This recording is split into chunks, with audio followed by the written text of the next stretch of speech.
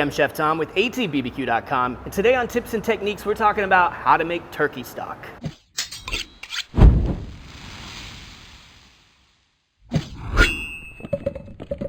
A turkey stock, just like chicken stock or beef stock or even veggie stock, is a great thing to have on hand, especially this time of year coming into the holidays. You've got turkey stuff coming up. You've probably got turkey parts on hand already because you're cooking a holiday dinner. Now you're gonna have some turkey stock that's gonna make for some fantastic stuffing or some fantastic gravy. It's real simple. We're gonna walk right through this today. So obviously the one thing you have to have for turkey stock is some turkey parts. In this case, we've got 2 backbones that we've cut out for our spatchcock turkeys, favorite way to cook a turkey. And then the necks that also came with those birds. Now these, we're just gonna break down a little bit into smaller pieces. Just take a chef's knife and pop right through there. This is just so it all fits into the pot easier.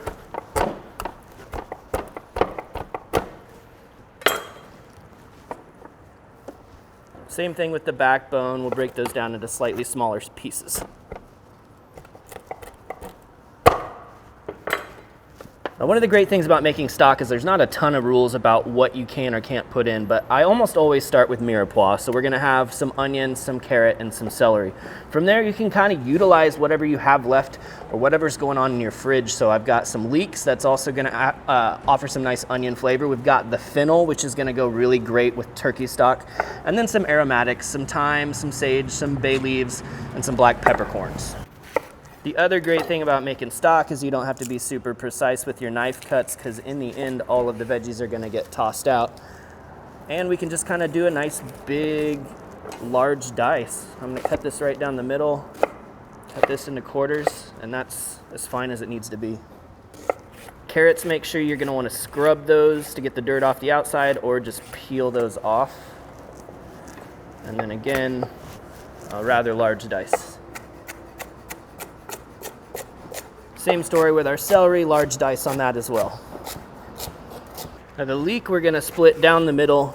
Leeks tend to carry a lot of dirt with them, but this one looks super clean. So if it does look dirty, and especially that you'll see it up at the top, we can utilize these dark parts of the leeks that normally we wouldn't, just because it's a utilization stock. But what I want to do first is soak these in some water to get that dirt off. An earthy stock sounds nice, but a dirty stock does not. So that dirt will all sink to the bottom, and the leeks tend to float to the top. So those will be rinsed off real soon. So fennel, the tops, the fronds, and all of that can go into our stock. I'm probably going to utilize most of the bottom for another recipe. But we can go ahead and say, let's take half of this. We'll just split it that way.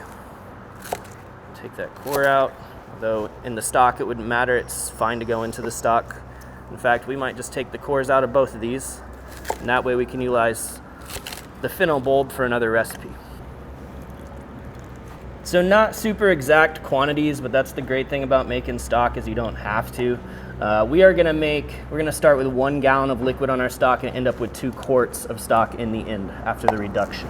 So to get things started, we're gonna put down a couple tablespoons of olive oil, and we want to brown off our turkey necks in this hot oil. Could you just throw everything in cold? Yeah, you could, but honestly, stocks have more depth of flavor if they have some browned or roasted elements. You could also roast your veggies, you could smoke your veggies, you could smoke your turkey. So what we're doing by searing these is we're getting this great sear, this color on here. It's gonna add some depth of flavor, but we're also creating the fond underneath. That stuff that sticks to the pan, that's gonna come up when we get our veggies in here to get a little color on those as well. So once you've got some good color on these guys, you're gonna take them out. We've got another round that needs to get seared before we add all of our veggies. Last of the turkey is coming out from its sear. So now we've got all this beautiful fond built up on the bottom of the pot. We're going to throw in all these veggies. We got our onions, we've got leeks, we've got fennel, carrots, and celery. And then just to get these started, just a little pinch of salt. I don't like to salt my stock too much, You don't want to mess with it too much until you get to the end and you know that you need more salt.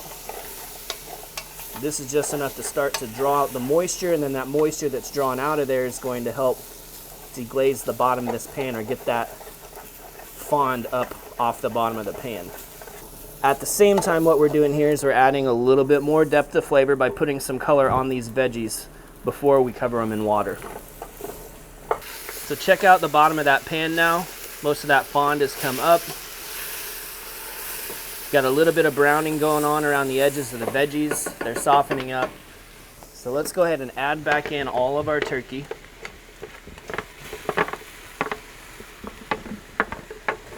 And even those gross turkey juices. Now we're gonna throw in our aromatics. So I've got a bunch of parsley stems. You probably were gonna throw these away anyway, but they have a ton of great flavor to them. Some thyme. We're gonna do a little bit of sage in here, and then a couple of bay leaves. And then last thing we're gonna do is add about 2 tablespoons of Telecherry black peppercorns. Got a gallon of cold water that's going right over the top.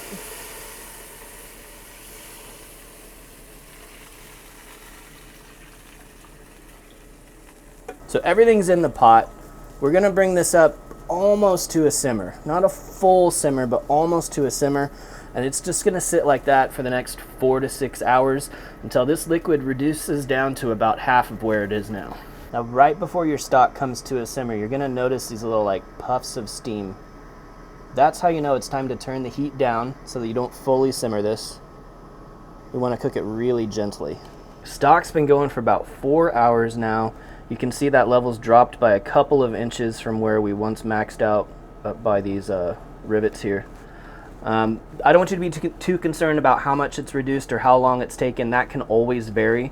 It's just more or less concentrated, but we've done a good job of concentrating this flavor by reducing by half, so we're ready to strain now. So we're gonna pour this through a fine mesh sieve. Any kind of strainer you got, but the finer the better. If you don't have a very fine one, you may want to get a hold of some cheesecloth. If you want this to be super pure, you're gonna wanna run this through cheesecloth anyway. I'm usually content to just strain this through this mesh here just a couple of times, but I'm gonna let this drip for a bit here so we get all that extra goodness out of there. I may just work the ingredients here to get all those juices out. Smells incredible. You know, there's not that many things that I recommend just cooking inside, but man, if the weather's cool and you're making stock, you better do it in the house, because the house is gonna smell great for hours to come. We combine all of this now. We are pretty dang close to our 2 quarts that we were shooting for, which is great. Right now, everything's kind of mixed together. If you look at this from the top, you can see all those bits of fat just kind of floating around. Throw this in the fridge even with the lid on it or cracked. That fat will solidify on top. I'll show you one I did a couple days ago. Now, if I want to, I can just take this bit of fat right off the top. It's, you know, turkey fat. It's actually great for cooking. To be honest, I don't mind that it's in my stock. I don't mind that it's gonna make its way into the stuffing or anything else. But check out the consistency of this once it's cooled down. I mean, it's gelatinous because of all of those turkey bones that we put in there. It turns all that collagen into that gelatinous goodness, gives it great mouthfeel and body. Let's even give this a taste. I mean, that almost tastes like turkey gravy already. Throw it in with a roux and a little bit of salt, and you've got yourself a really nice gravy. Or again, putting this into your stuffing or making a soup with it. There's a ton of flavor packed into here, and we barely put any salt in, which means you can totally control that from here on out. But thank you guys so much for watching. Be sure to check out atbbq.com for all the products featured in today's video. If you enjoyed the recipe, hit that subscribe button. And if you have any questions or comments, or there's anything you'd like to see me cook, let me know in the comment section down below, and let's be good to one another. For more recipes, tips, and techniques, head over to atbbq.com/thesauce. All things barbecue, where barbecue legends are made.